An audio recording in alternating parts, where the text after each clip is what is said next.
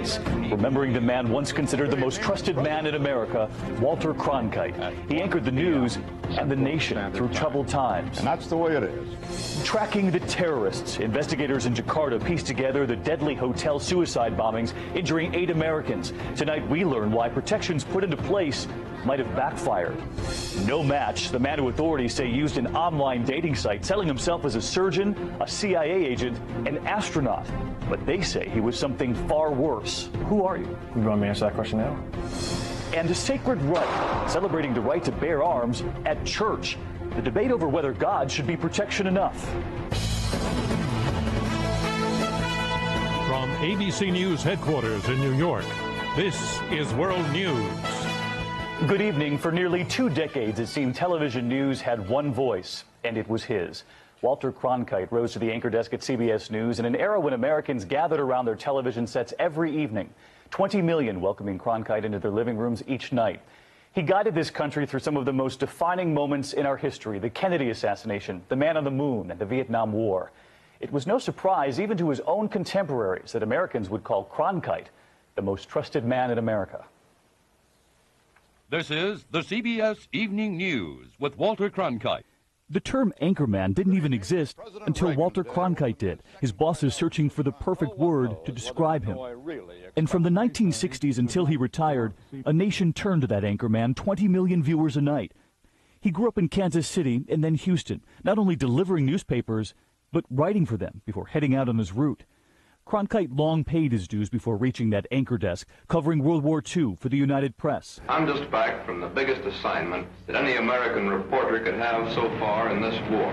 Never, certainly in our recent history. In 1950, he joined CBS News, having been recruited by Edward R. Murrow. In 1962, he began anchoring the CBS Evening News. And less than a year later, a painful chapter about to be delivered by a pained newsman. From Dallas, Texas, the flash, apparently official, President Kennedy died at 1 p.m. Central Standard Time, 2 o'clock Eastern Standard Time, some 38 minutes ago.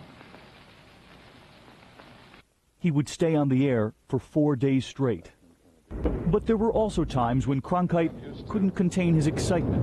What a moment. Man on the way to the moon. The Eagle has landed. Boy. Okay, we're going to be busy for a minute. And there was the Vietnam War, when Cronkite, in a rare moment, broke from the objectivity he so guarded. For it seems now more certain than ever that the bloody experience of Vietnam is to end in a stalemate. President Johnson at the time responded, "If I've lost Cronkite, I've lost America." He told Charlie Gibson in 1996 his legendary career just happened. I really just wanted to be a news person. I didn't really care as long as I made a substantial enough living. And it just broke right for me. I just lucky. And we were the lucky ones to have watched him. And though Cronkite retired in 1981, he did continue with specials and documentaries, and he continued to set an example for the 3 network anchors who hold those seats today. Tonight, Charlie Gibson, Katie Couric, and Brian Williams on Cronkite's legacy. The word anchor was really coined for Walter in 1952. Good evening, everyone. Here is the news. He set the standard that has existed for television anchors ever since. They came closer. And we were very fortunate, I think, both as an industry and as a country, really, that he would be the first to come along, because his standards were so high, his compass was so correctly directed. We live in an age now of personalities and of personality journalism to some extent. But Walter always thought it was the news. It had to be the news. Good evening. President Reagan today opened... For him to announce the evening news broadcast every night gave me chills every time I heard it. I'm following in the footsteps of an American institution, and I never really lost sight of the fact that I was inheriting a place that he had built from the ground floor up. And though there was so much attention directed to him, he was never comfortable with it. At least he said to me he wasn't. And that's one of the reasons I think that when people went to him and said, "You're so trusted, you ought to run for political office," he didn't think that that was even in the cards. It was heresy to him, because what he had done was about the news, not about him.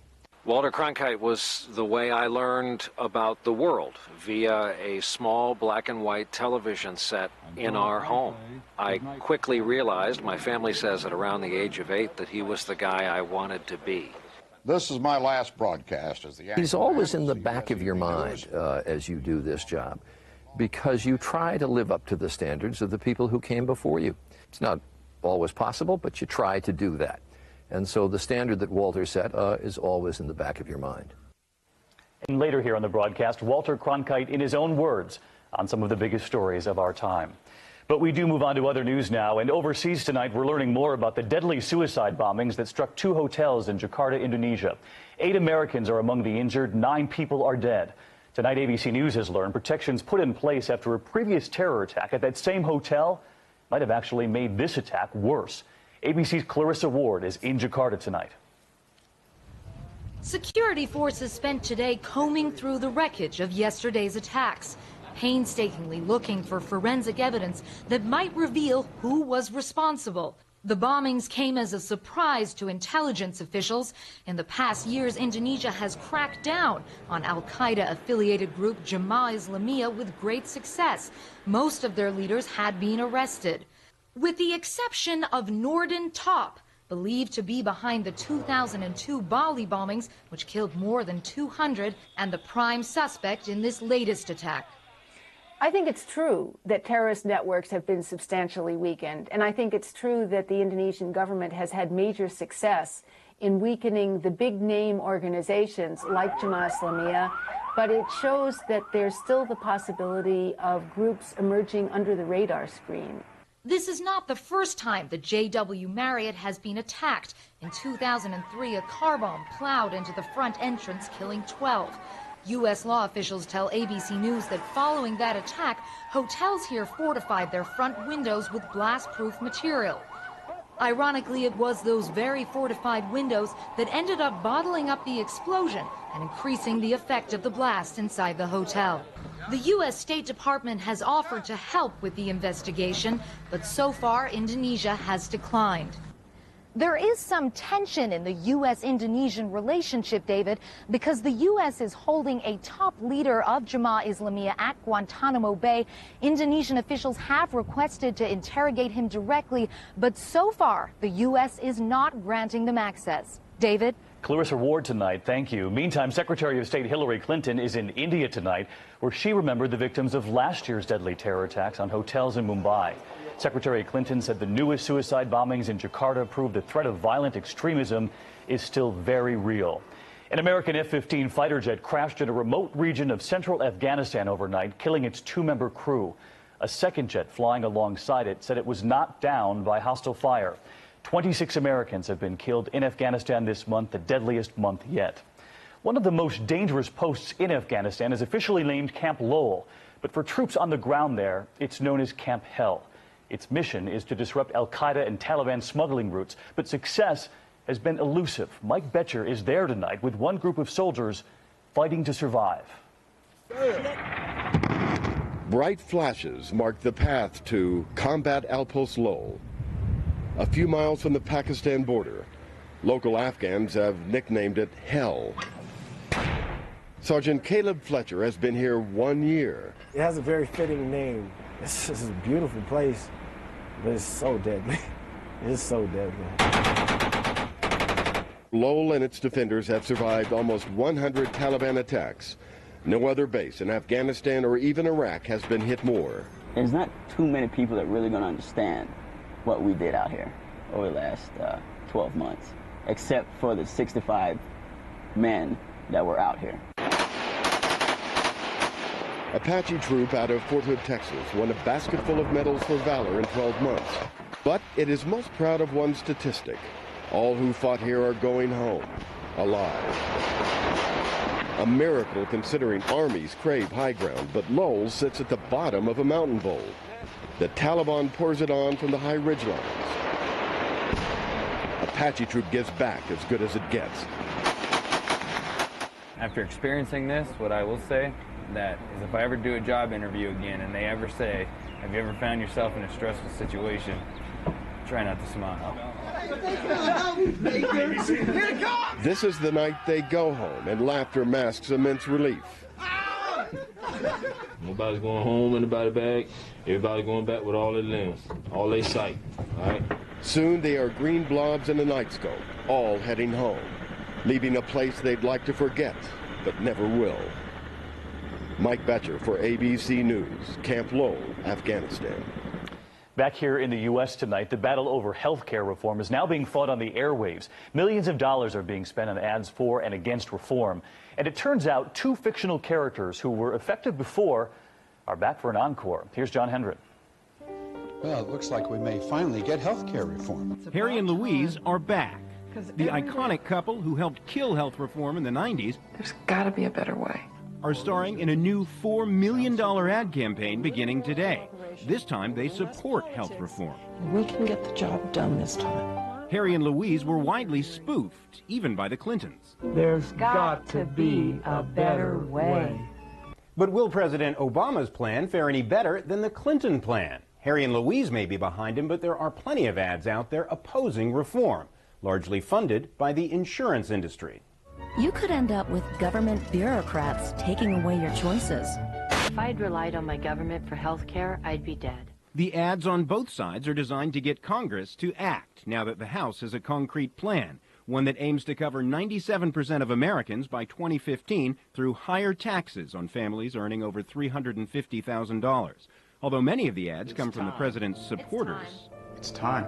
It's time for health care reform. He concedes the media blitz can muddy the waters. Once you've seen enough ads and heard enough people yelling on TV, you might begin to wonder whether there's a grain of truth to what they're saying. In his weekly address before leaving for Camp David today, President Obama again pressured Congress to pass a plan by August, an ambitious goal that some on Capitol Hill say is looking increasingly elusive. John Hendren, ABC News, Washington. It was 40 was on its way to the first manned visit to the moon. Tonight, astronauts from the shuttle Endeavour went on a spacewalk to install a porch for science experiments on the International Space Station, orbiting just 220 miles above the Earth, a little closer than the moon this time around. Still ahead on World News this Saturday, the pastor who invited his congregation to come armed. The debate over whether God is protection enough. Authorities say he was no match, the man who they say used Match.com to lure in dozens of women, and why it took 3 trials to convict him. And the way it was, those iconic moments that made Walter Cronkite the most trusted voice. This is World News, brought to you by Progressive. There is a pastor in Kentucky making headlines. He invited his congregation to bring their guns to church.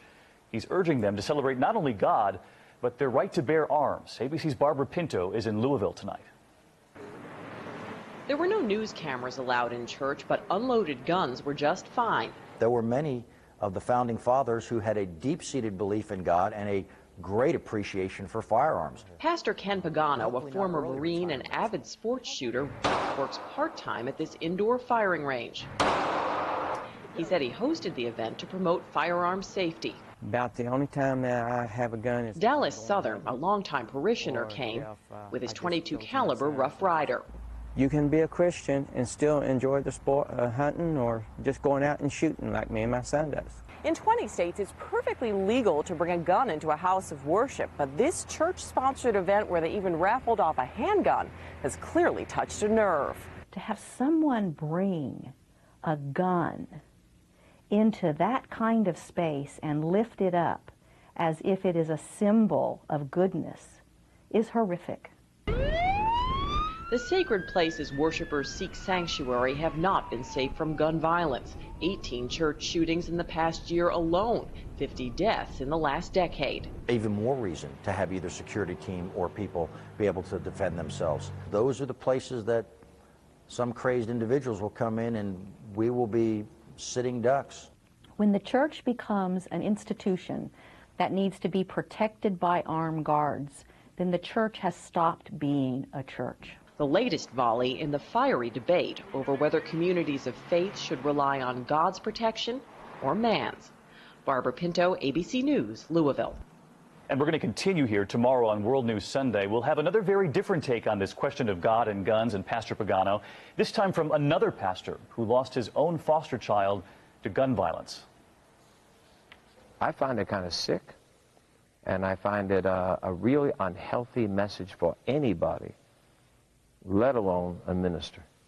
That is Father Michael Flager, and he's an activist against gun violence. Outside his Chicago church just overnight, 2 teenagers were wounded in a drive-by shooting. That part of the story tomorrow night here. And when we come back on the broadcast tonight, was he just a smooth talker duping dozens of women online, or was he something far worse? Why a third jury would react so differently. We are going to take a closer look tonight at why it took 3 trials to convict a man who Philadelphia authorities call the worst date rapist they've ever seen. 21 women came forward in that city willing to press charges, but their stories would not be enough. He called himself Dr. Jeff. Authorities say Jeffrey Marsalis sold himself on Match.com as a tall, handsome surgeon. Sometimes he would tell dates he was a CIA agent and an astronaut, too. Investigators showed us the doctored photos, the supposed CIA documents, and that fake hospital ID. He never worked at that hospital. Never worked there, but he would go in there with the outfit on. He won over dozens of educated professional women, a lawyer, a researcher, a marketing executive, and their descriptions of their dates were strikingly similar. They asked to be disguised. I took a sip of the drink, and that was the last thing I remember. I didn't remember a moment of it. How many of you believe you were drugged? Many woke up violently ill, some of them with their clothes on backwards. But 2 separate trials, 2 separate juries would acquit Marsalis of rape charges. Jurors struggling over a fundamental question. Why did some of the women keep communicating with him? Some even had more dates. Sex crime experts say often victims go back wanting to believe a date rape didn't happen. It's much easier to believe that I made an error in judgment if I'm a woman, or I had a misperception of something that happened, than to believe that the world is as unsafe a place as it is. But the jury never heard anything about what rape victims often do to convince themselves that it never happened. Because Pennsylvania law specifically prohibits that kind of expert testimony on the psychology, why women would go back. And because of that rule, victims advocates say prosecutors here in the state often end up trying rape cases with one hand tied behind their back. But then a third trial in Sun Valley, Idaho, where Marsalis moved next. Another woman came forward, and this time she went straight to police after the date. Prosecutors had the rape kit as evidence. We, the jury, find the defendant Jeffrey Marsalis guilty. On the eve of sentencing, Marsalis broke his silence to ABC News. Authorities that I've spoken with have called you the worst date rapist in the nation's history. I just shake my head in disbelief. I'm like, you gotta be kidding me. Who are you? You want me to answer that question now, or? I'm the guy that the girls kept on hanging out with. Marsalis has now been sentenced to life in prison, his first chance at parole, the year 2031. Marsalis told me he is not a rapist. He does plan to appeal. When we come back here on the broadcast tonight, we give Walter Cronkite the last word. Finally tonight here on the broadcast, when polls named Walter Cronkite the most trusted man in America, a forever modest Cronkite said, "They must not have polled my wife." Tonight, a look back at why he was trusted most. Good evening from the CBS News Control Center in New York. This is Walter Cronkite reporting. What are the hazards and what are our scientists doing to ensure man's survival in the hostile environment of outer space? From Dallas, Texas, the flash, apparently official, President Kennedy died at 1 p.m. Central Standard Time, 2 o'clock Eastern Standard Time, some 38 minutes ago.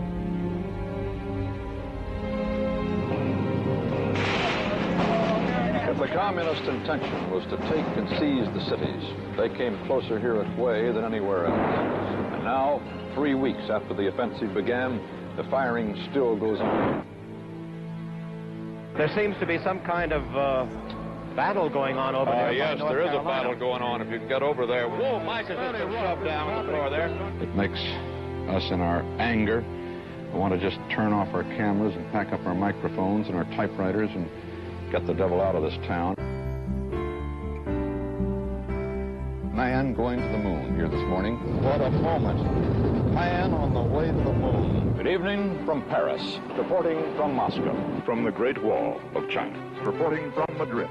This is Walter Cronkite aboard the Papal aircraft somewhere over the North Atlantic. And that's the way it is. Friday, March 6th, 1981. I'll be away on assignment, and Dan Rather will be sitting in here for the next few years. Good night.